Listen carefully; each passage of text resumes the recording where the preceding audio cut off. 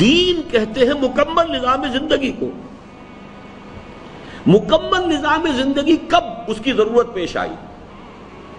جبکہ انسان کا شعور عمرانی، سوشل کانشسنس جو ہے اس کی، وہ ترقی کرتے ہوئے اس مقام پر پہنچ گئی کہ ایک اجتماعی نظام اس سے انسان آشنا ہو گیا۔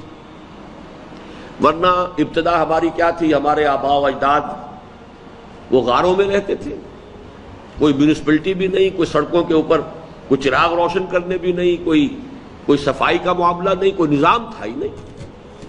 عام جو منار کو فال سروے، ہر شخص اپنی غار کا مالک ہے، مطلق ہے۔ پھر قبیلے کا ایک دور آیا، اس میں نظام پیدا ہو گیا، کچھ قوانین قواعد اب آ گئے۔ یہ قبیلے کا سردار ہے، اس کا حکم ماننا ہے، پسند ہو تب بھی ماننا، ناپسند ہو تب بھی ماننا ہے۔ یہ تمہارے قبیلے کی ریت ہے، روایت ہے، رواج ہے، تمہیں بہرحال کرنا پڑے گا، پسند ہو یا ناپسند۔ گویا کہ اب قدغنیں آنی شروع ہوئی، جہاں اجتماعی نظام آئے گا قدغنیں آئیں گی۔ پھر ایک سٹیج آئی سٹی سٹیٹس کی، شہری ریاستیں، کئی قبیلے ایک جگہ آ کر ایک شہر میں آباد ہو گئے۔ اس اعتبار سے مکہ مکرمہ جو ہے وہ پریمیٹو سٹیج پر تھا کہ صرف ایک قبیلے کا شہر تھا۔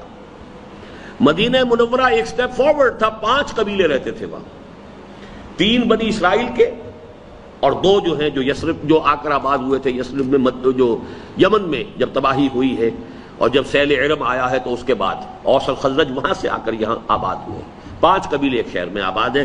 اب ظاہر بات ہے کہ ہر قبیلے کا اپنا ایک نظام ہے، اپنا ایک سردار ہے، لیکن ان قبیلوں کے مابین انٹریکشن جو ہوگا تو اس میں کوئی نہ کوئی قواعد و ضوابط ہوں گے۔ یہاں سے دستور کا آغاز ہوا، اور بڑا عجیب دستور تھا مدینے کے اندر۔ خون کھولتا ہوگا اوسی نوجوان کا۔ اوس کا قبیلہ چھوٹا تھا، خزرج کا بڑا تھا، طاقتور تھا۔ ان کے ہاں یہ طے تھا کہ اگر اوسی قتل کر دے خزرجی کو تو 3 گنا زیادہ اسے خون بہا دینا پڑے گا، اور اگر خزرجی قتل کر دے اوسی کو تو اس کا 1/3 گویا کہ دینا پڑے گا۔ تو گویا کہ ایک اوسی شخص کی قیمت ایک خزرجی انسان کی قیمت جو ہے اس کے مقابلے میں جان کی قیمت جو ہے وہ ایک تہائی ہے۔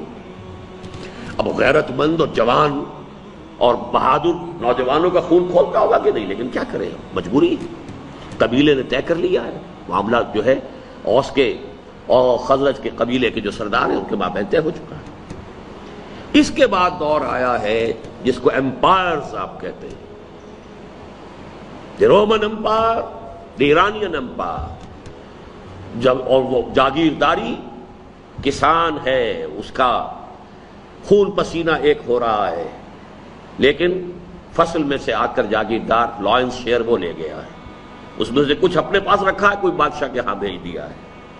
اب وہاں پر محل آباد ہو رہے ہیں، بڑی بڑی فصیلوں والے قلعے جو ہیں وہ تعمیر ہو رہے ہیں، سٹینڈنگ آرمیز ہیں۔ کسان ذرا سر اٹھائے گا تو کچلنے کے لیے فوجیں آ جائیں گی۔ دستکار ہے بیچارہ، وہ کپڑا بن رہا ہے کرگے کے اوپر بیٹھا ہوا، ہیوی ٹیکسز اس کے اوپر لگا دیے گئے تاکہ عیاشیاں جو ہیں اس کے لیے پیسہ ملے۔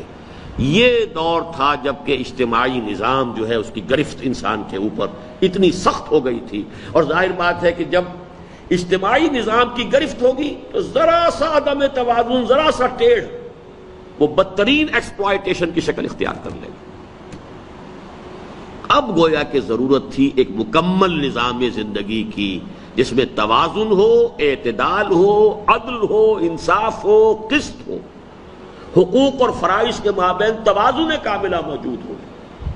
وہ نظام ہے جو دین حق کی شکل میں مکمل کیا گیا محمد الرسول اللہ صلی اللہ علیہ وسلم پر۔ الیوم اکملت لکم دینکم واتممت علیکم نعمتی ورضیت لکم الاسلام دینا۔ اس آیت میں یہ تکمیل نبوت پر محمد صلی اللہ علیہ وسلم، حضور پر نبوت کی تکمیل کے 2 مظہر بیان کیے گئے، ایک دین کی تکمیل اور اکمال، اور ایک ہدایت اس کا اتمام۔